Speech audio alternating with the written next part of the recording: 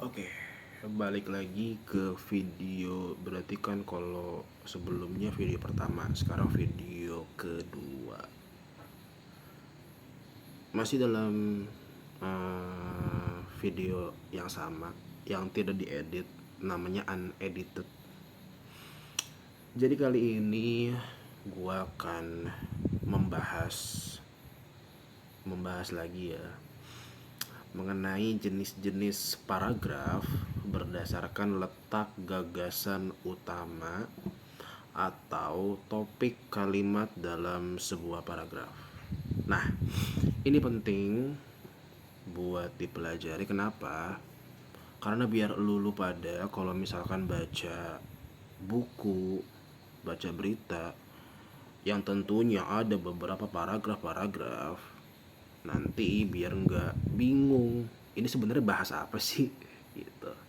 Jadi lu tahu kalimat utamanya tuh di mana, atau topiknya apa, atau inti dari pembahasannya itu apa sih di berita atau buku yang gua baca ini. Nah, jadi ini penting banget buat dipelajari, yaitu jenis-jenis paragraf berdasarkan letak gagasan utama atau kalimat topiknya, topik utamanya atau inti dari pembahasan paragrafnya. Nah, oke. Kita masuk ke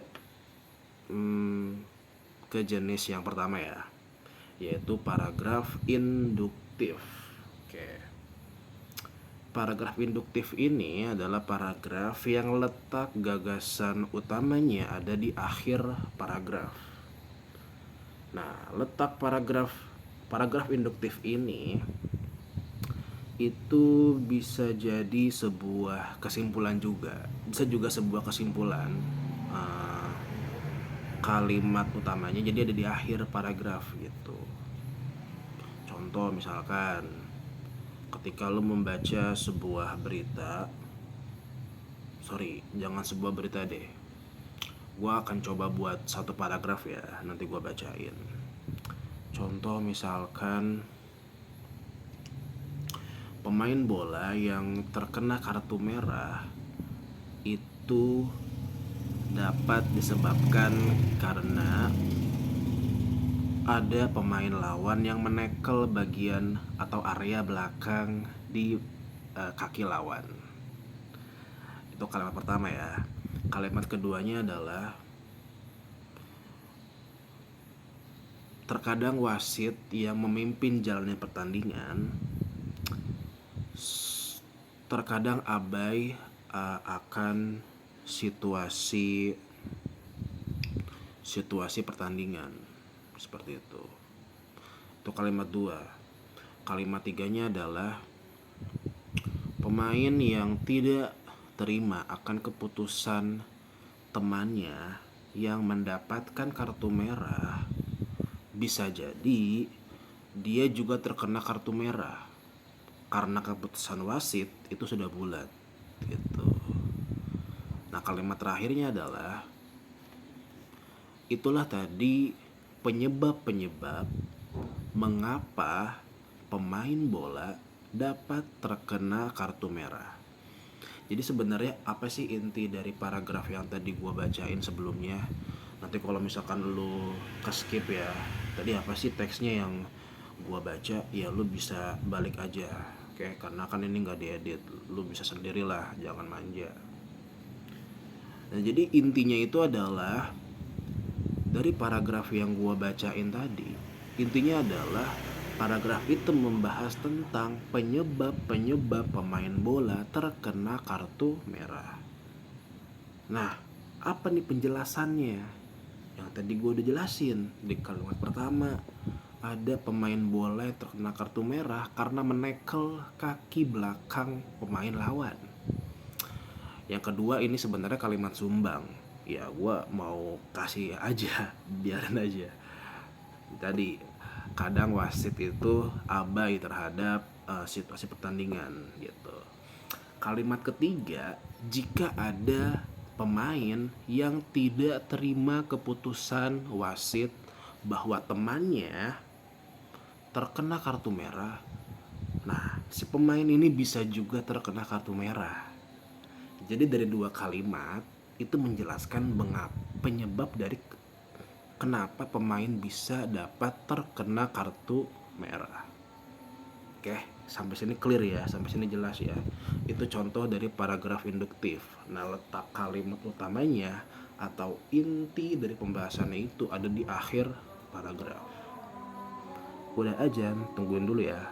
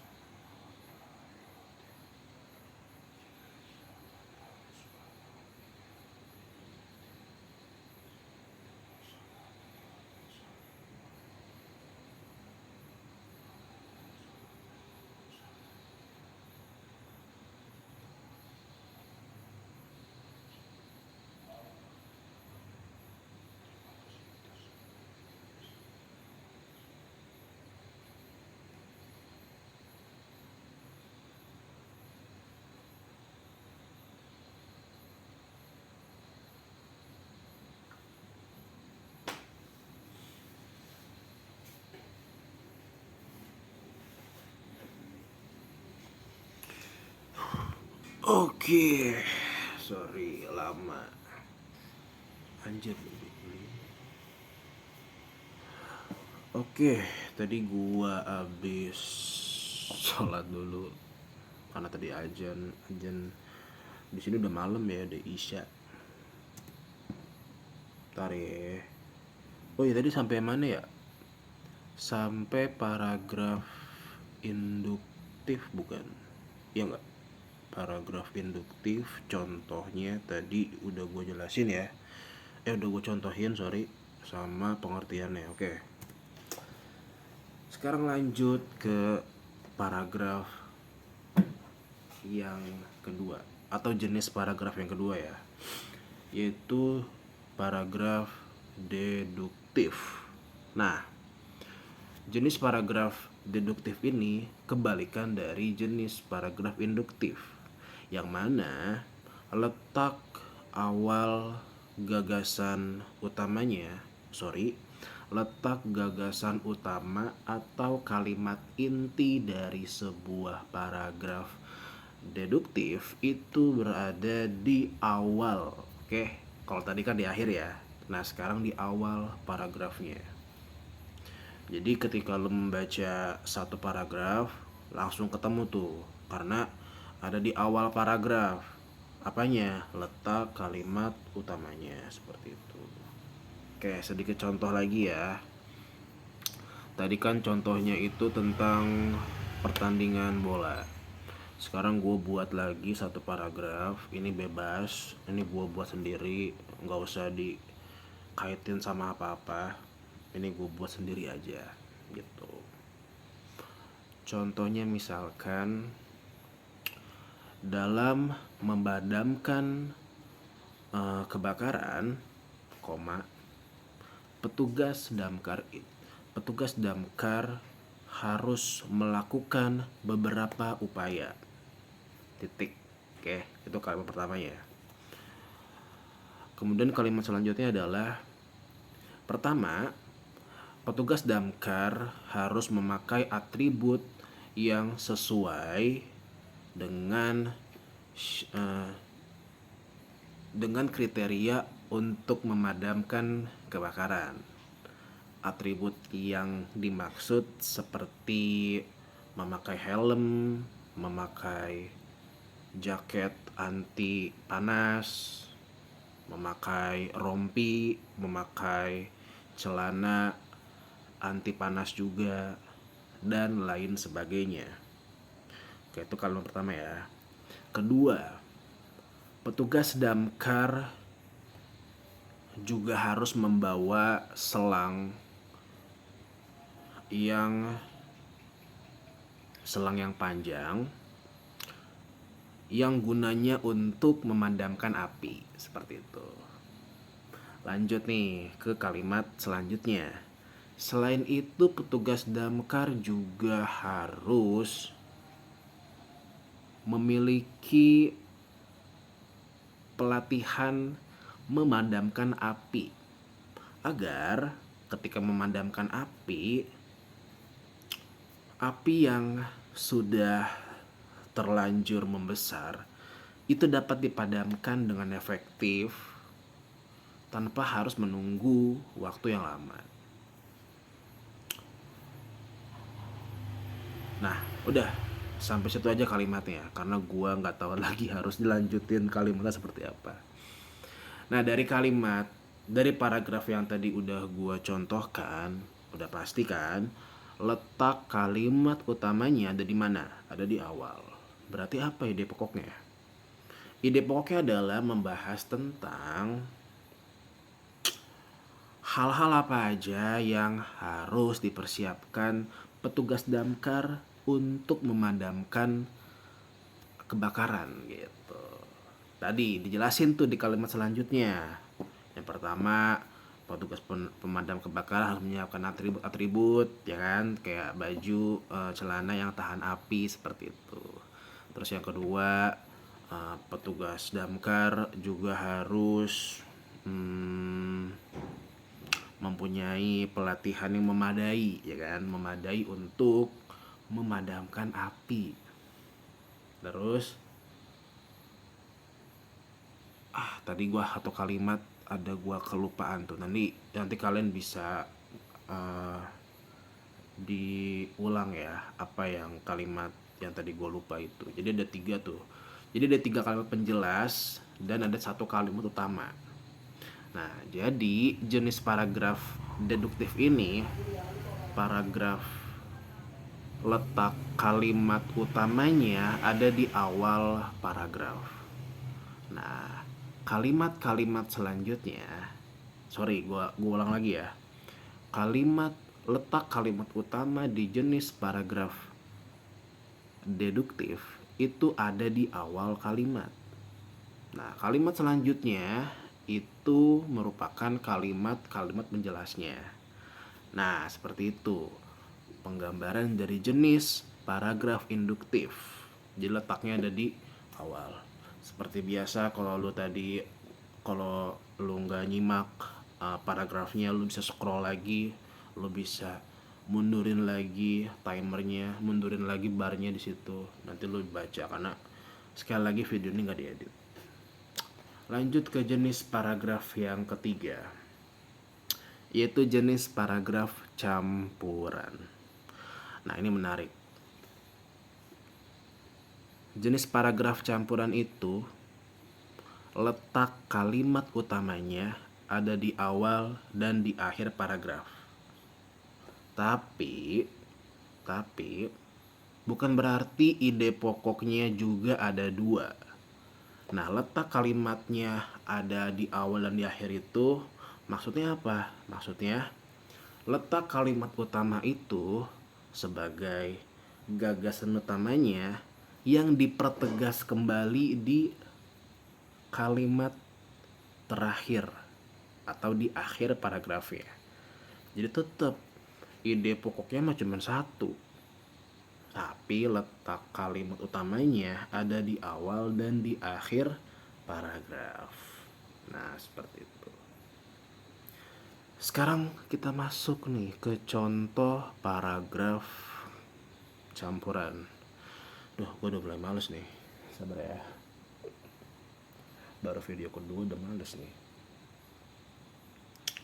Oke, untuk paragraf campuran. Gue nemu.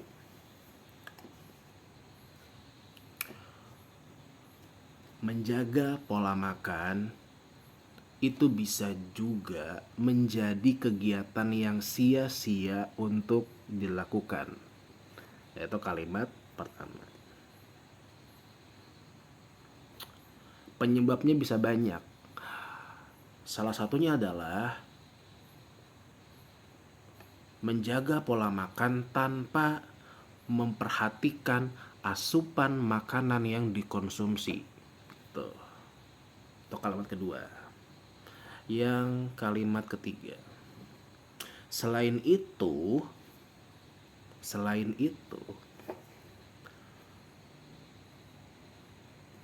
waktu mengonsumsi makanan juga seringkali diabaikan. Walaupun pada awalnya menjaga pola makan, tapi kadang manusia itu bisa saja lupa pola makan yang dijaganya. Jadi yang waktunya tadi rutin pagi, siang, sore, jadi pagi aja atau siang aja atau kelupaan dan sebagainya. Nah, itu kalimat ketiga. Kalimat keempat. Namun bukan berarti menjaga pola makan juga menjadi hal yang sia-sia ya untuk dilakukan. Karena pada dasarnya manusia itu bisa konsisten ataupun tidak konsisten dalam menjaga pola makan. Selama masih ada niat untuk menjaga pola makan dengan baik dan benar, maka tubuh akan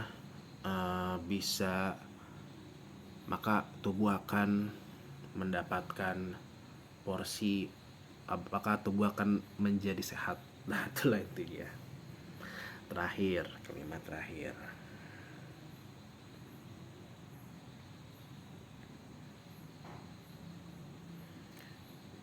Maka dari itu, maka dari itu,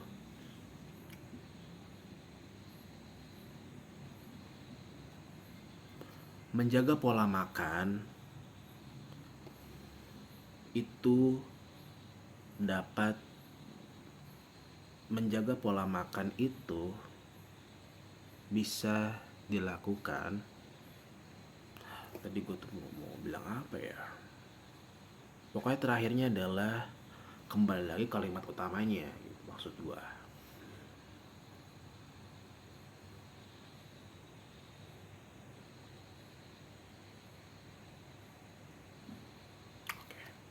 Oleh karena itu, menjaga pola makan bisa dikatakan sebagai kegiatan yang sia-sia untuk dilakukan. Nah, oke.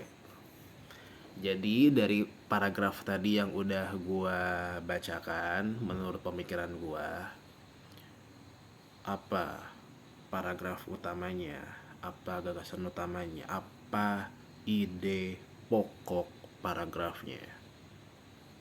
Berarti adalah tadi, menjaga pola makan merupakan kegiatan yang sia-sia untuk dilakukan, atau ya tadi membahas tentang uh, menjaga pola makan itu ternyata sia-sia loh gitu. Nah tadi dijelasin tuh kenapa alasannya di kalimat kedua dan selanjutnya, dan diakhiri dengan kalimat utamanya lagi, jadi dipertegas. Oke, nah itu tadi contoh dari paragraf campuran yang letak gagasan utamanya ada di awal dan di akhir kalimat. Paragraf yang tadi itu paragraf bikinan gue ya, nggak usah nggak usah dicari kebenarannya, itu paragraf yang ya paragraf buatan aja gitu, nggak usah dicari-cari. Wah, si Cane ngomongnya ngasal nih gitu. Emang ngasal kan, namanya buatan gitu. Nanti kita bisa berdebat dengan hal itulah di kolom komentar. Apakah menurut lo menjaga pola makan itu sia-sia untuk dilakukan atau tidak? Masuk ke jenis paragraf selanjutnya. Deduktif udah, induktif udah, campuran juga udah. Sekarang masuk ke paragraf yang keempat. Jenis paragraf berdasarkan letak gagasan utamanya. Yang keempat adalah jenis paragraf ineratif. Nah, ini apa lagi sih Cane? Maksudnya apa sih ini? Nah, jenis paragraf ineratif ini maksudnya adalah pengertiannya adalah letak gagasan utama atau kalimat utama yang terdapat di tengah-tengah, oke? Di tengah-tengah kalimat. Jadi polanya seperti apa? Ada kalimat penjelasannya dulu di awal, mungkin di kalimat kedua juga masih penjelasan, di kalimat ketiga masih penjelasan, di kalimat keempat baru kita menemukan nih kalimat utamanya. Kayak di kalimat keempat, kalimat 5, 6 sampai kalimat terakhir itu merupakan penjelasannya juga. Jadi ada di tengah-tengah letaknya gitu. Masuk lagi ke contoh. Contoh lagi. Kalau ini gue izin dulu buat lihat tulisan paragraf ineratif gue, karena tadi gue udah buat contoh. Yang 3 tadi sebelumnya itu gue contohnya random aja. Kalau sekarang gue udah tulis sebenarnya.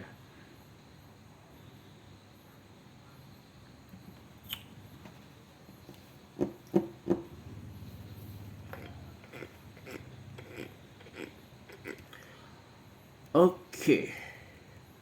Jenis paragraf ineratif. Simak ya. Konten di internet yang tersebar seringkali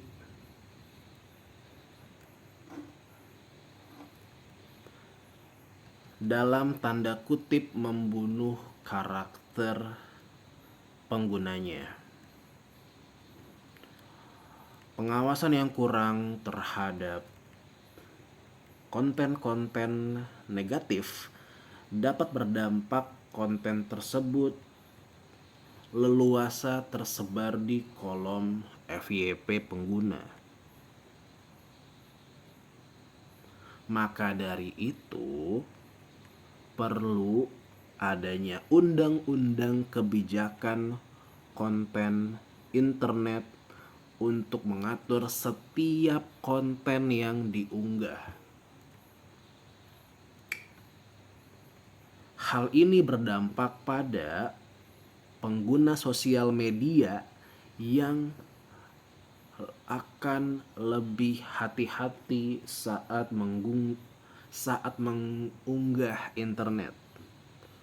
Selain itu, penikmat konten di internet jadi lebih aman untuk menyaksikan konten di internet karena terbebas dari konten-konten negatif yang tersedia di internet. Namun, ada juga kelemahan jika undang-undang ini terlaksana, yakni pengguna media sosial jadi tidak bisa menyalurkan ide kreatifnya lebih leluasa. Oke, itu paragraf iteratif. Nah, sekarang pertanyaannya adalah apa sih ide pokoknya, apa sih intinya dari paragraf tersebut? Yang lagi-lagi yang buat yang ketinggalan tadi gua baca apa, lu bisa back aja dari awal karena lagi-lagi video ini unedited, tidak tanpa diedit, jadi gua langsung upload aja. Oke, jadi apa sih tadi ide pokoknya? Nah, ide pokoknya berdasarkan letak kalimat utamanya itu ada di kalimat ketiga ya. Yang tadi gue bilang, perlu adanya undang-undang kebijakan konten internet untuk mengatur setiap konten-konten yang ada di internet gitu. Kenapa ini jadi kalimat utamanya? Karena ini kalimat utamanya ini kalimat utamanya itu mengacu pada penjelasan sebelumnya, ya kan? Apa penjelasannya sih? Oh, ternyata konten-konten negatif itu kurang pengawasannya, ya kan? Kurang ada pengawasan nih. Terus di kalimat udah pengawasannya kurang, terus seringkali membunuh karakter penggunanya. Iya kan, lu pasti ngerasain kan? Nah, terus di kalimat setelah kalimat utamanya dijelasin lagi. Oh, ternyata manfaatnya ada nih dari adanya undang-undang kebijakan konten internet. Manfaatnya tadi apa? Oh, jadi penikmat konten itu jadi lebih aman, ya kan? Terus juga apa tadi ya? Sabar ya, ada motor, tunggu.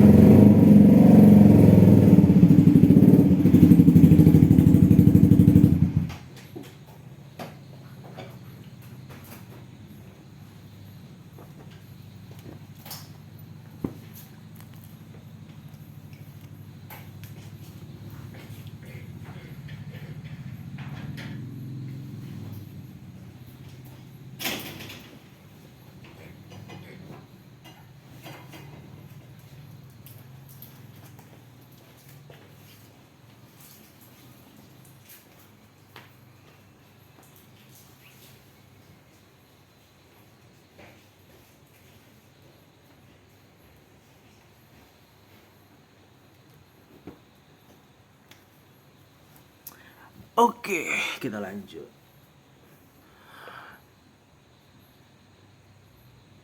emang masih ada ya orang-orang yang naik motor pakai knalpot brong yang suaranya berisik. Apa sih manfaatnya, apa sih enaknya berisik tahu? Lu mau lu mau lu mau ngasih tahu apa sebenarnya? Lu mau pamer, wah motor gua nih paling gede knalpotnya gitu, hah? Oke, lanjut ya. Tadi sampai mana tadi ya? Oh iya, tadi masih bahas tentang paragraf undang-undang kebijakan konten internet. Tadi setelah kalimat utamanya dijelaskan kan ada manfaatnya nih kalau misalkan undang-undang ini terlaksana. Tadi pertama, buat si pengupload atau pengunggah konten internet itu jadi lebih hati-hati untuk mengunggah kontennya, ya kan. Terus juga penikmat konten jadi lebih aman karena ya karena adanya undang-undang diawasi ketat, konten negatifnya jadi lebih aman gitu. Tapi ada kelemahannya juga nih.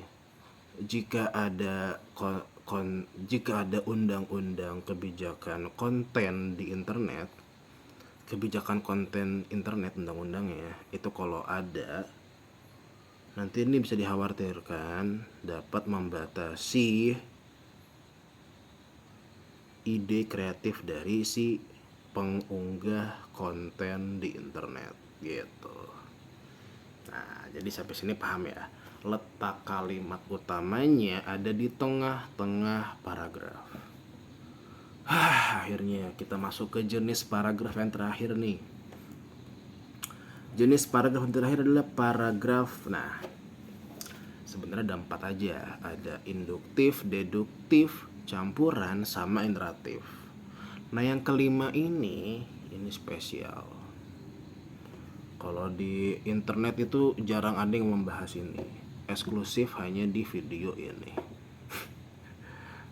Jadi yang jenis paragraf ini adalah jenis paragraf berdasarkan letak gagasan utamanya yang terakhir adalah jenis paragraf menyebar.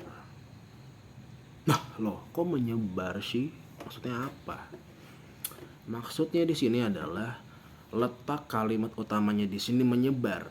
Nggak hanya di satu kalimat aja, tapi bisa jadi di kalimat pertama, kedua, ketiga, keempat, kelima, keenam, ketujuh, 8, 9, 10, 11, muanya gitu. Jadi bisa di mana aja letak kalimat utamanya. Jadi untuk paragraf penyebar ini lebih gampang menentukan menentukan ide pokoknya, karena ya tadi setiap kalimatnya kan udah kalimat utama tuh gitu. Coba kita baca ya. Contohnya sama, masih jadi contoh yang udah gua tulis. Oke, simak ya. Bernyanyi merupakan kegiatan yang menyenangkan. Bernyanyi melatih kecerdasan seseorang dalam menyesuaikan nada-nada. Selain itu, bernyanyi dapat meluapkan perasaan yang selama ini dipendam dan didiamkan begitu lama. Bernyanyi dapat dilakukan sendiri atau dengan teman-teman. Bernyanyi menjadi sarana hiburan yang menyenangkan dan bermanfaat. Lagi-lagi itu tadi ya paragraf, contoh paragraf dari menyebar, jenis paragraf menyebar tadi. Lagi-lagi kalau lu ketinggalan tadi gue baca apa, bisa di backward ya, bisa dikembaliin. Lagi-lagi apa, karena video ini tidak diedit. Oke, untuk jenis paragraf menyebar.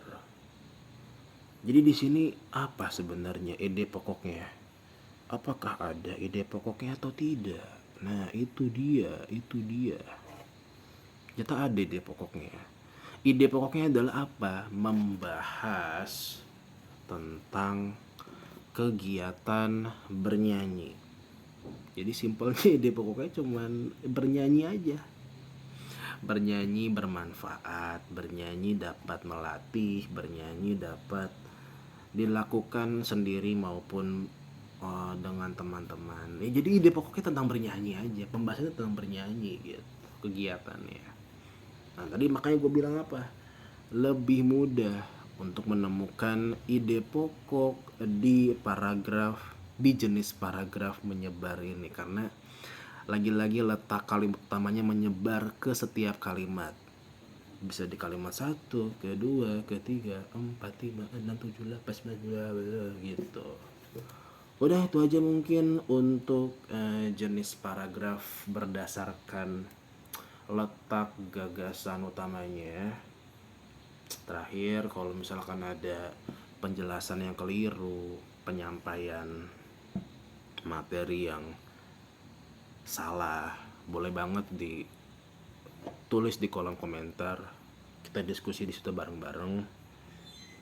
Dan terakhir jangan lupa buat di langganan, di subscribe maksudnya di video ini. Dan sekali lagi, ingat, video ini tidak diedit. Jadi video ini gue langsung upload aja ke YouTube gue. Oke, itu aja dari gue.